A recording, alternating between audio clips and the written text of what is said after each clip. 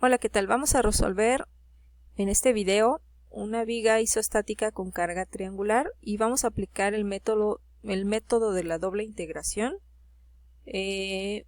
pero bueno, va a ser un poquito diferente a lo que ya hemos visto en los ejemplos anteriores.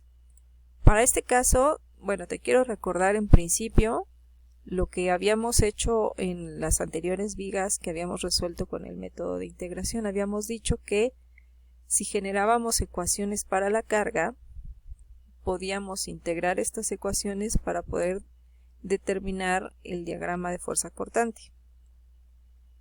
Asimismo, si integramos el valor de la fuerza cortante, si integramos estas ecuaciones, podíamos obtener el diagrama de momentos. De la misma forma, si obtenemos el diagrama de momentos, pero con la ecuación de la elástica, podíamos determinar esto que es el diagrama de la pendiente y de la misma forma al final el diagrama de la flecha.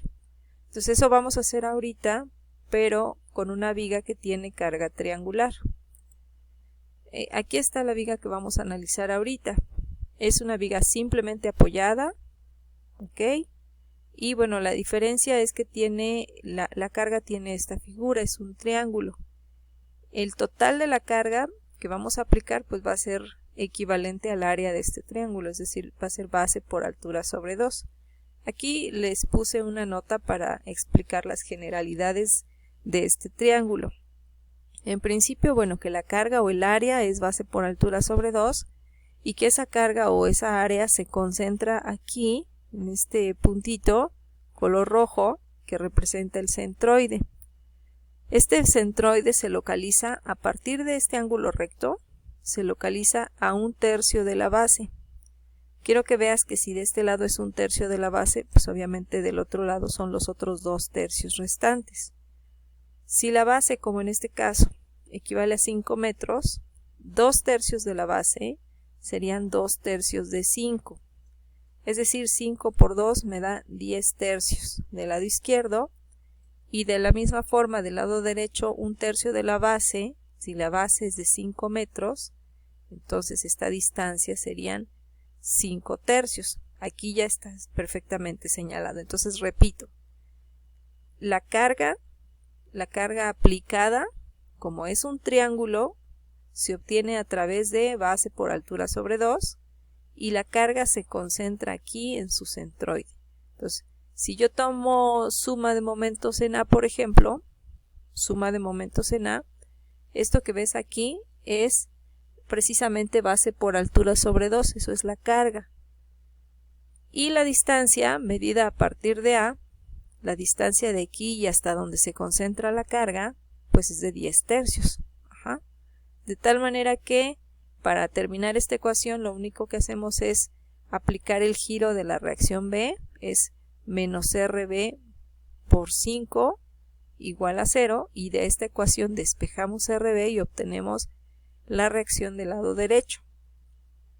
De igual forma, vamos a hacer ahora la ecuación, pero apoyándonos en el extremo B. Si es así, en el extremo B la carga aplicada sigue siendo base por altura sobre 2, es decir, 800 por 5 sobre 2.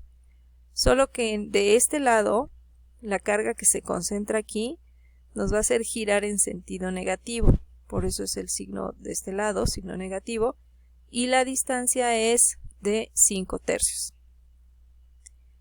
Ya para terminar sería más RA por 5, es decir, el giro que produce la reacción A. Igualamos a 0. Despejamos y obtenemos la reacción A. Entonces aquí en esta diapositiva lo que hicimos fue conocer las características del triángulo y encontrar los valores para RA y RB. Esos los tenemos ya aquí representados. Ahora lo importante para poder aplicar el método de integración es conocer qué ecuación define la carga. Es esta carga que no se mantiene uniformemente distribuida como las otras. Esta carga se mantiene con una variación uniforme. Es decir, aquí hay un incremento uniforme que define esta pendiente. Quiere decir que para obtener la carga, lo que vamos a hacer primero es conocer la ecuación que define esta pendiente. Entonces la ecuación que define esta pendiente se obtiene con la forma general. Acuérdate que esta ecuación la debes haber visto ya antes. Es en geometría. Y es igual a mx más b, en donde m es precisamente la pendiente de esta línea. La pendiente es la relación que hay entre la coordenada y la coordenada x, es decir, y sobre x. Para este caso en particular y pues es la altura de 800 y x es la distancia de 5. Por lo tanto, si sustituimos, obtenemos 800 sobre 5 y este valor de m lo vamos a expresar aquí en la ecuación. De tal manera que la ecuación queda así, y igual a 800 quintos de x. El valor de b no lo ponemos aquí porque te quiero recordar que para este tipo de ecuaciones, b es el valor de la coordenada vertical que se encuentra a partir de donde inicia la pendiente.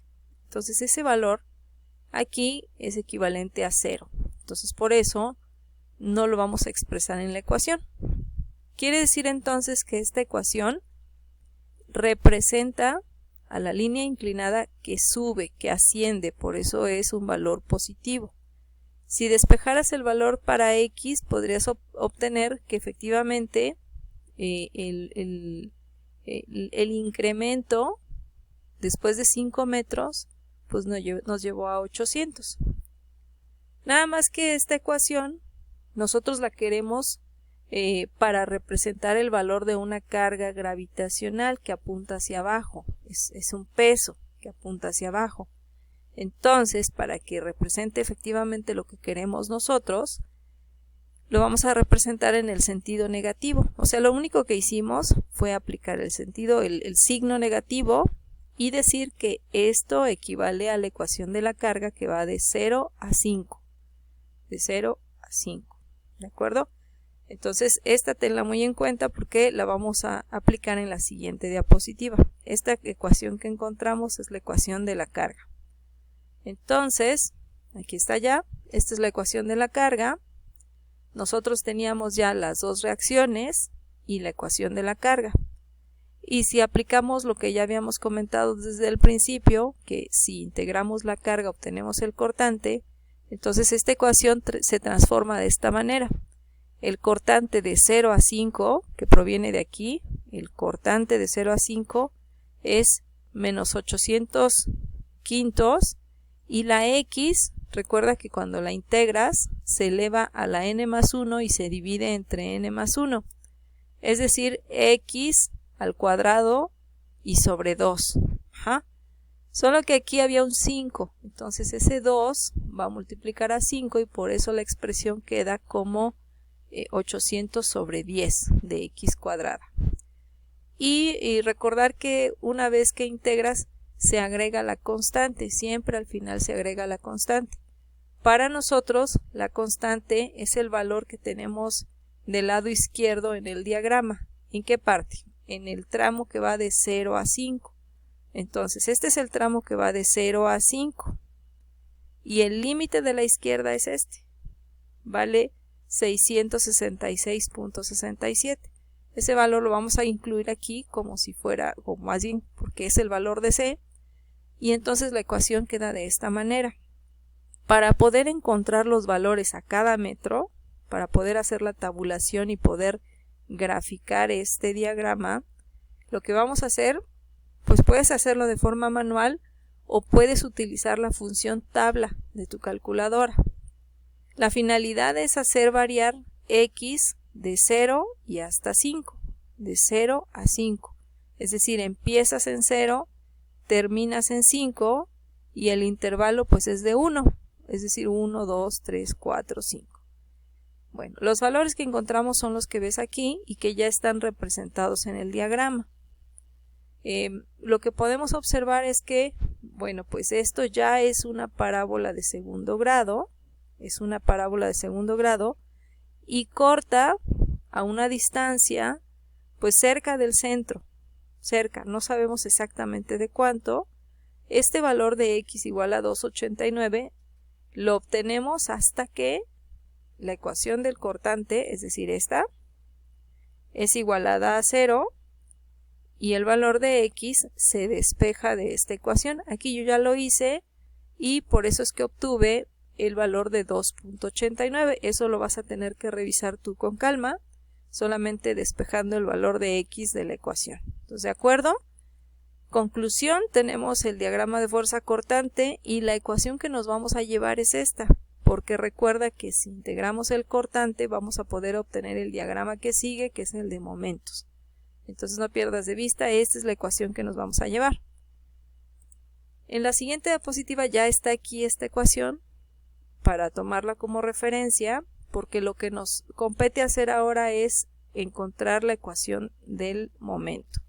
Entonces, recuerda que integramos la ecuación del cortante, la x la elevamos a la n más 1 y la dividimos entre n más 1, es decir, x al cubo sobre 3. Por lo tanto, esto sería 3 por 10, 30, ¿no? Entonces, lo que sigue es 667x y más c, que es el límite de la izquierda. Este límite de la izquierda en el diagrama de momentos, aquí, es equivalente a 0. Por lo tanto, la ecuación queda reducida solo a los primeros dos términos. Este ya no lo ponemos porque vale 0. De la misma forma, tabulamos y encontramos que la parábola se comportó de esta manera. Esta parábola va a tener un valor máximo justo a la misma distancia que encontramos el cortante nulo, es decir, a una distancia de 2,89. Lo único que hay que hacer es sustituir en esta ecuación para x, el valor va a ser 2,89 y con ello vamos a obtener un momento máximo equivalente a 1283. ¿Ok? Entonces, bueno, no perder de vista que ahora lo que vamos a hacer es pues encontrar el siguiente diagrama a partir de la ecuación de momentos.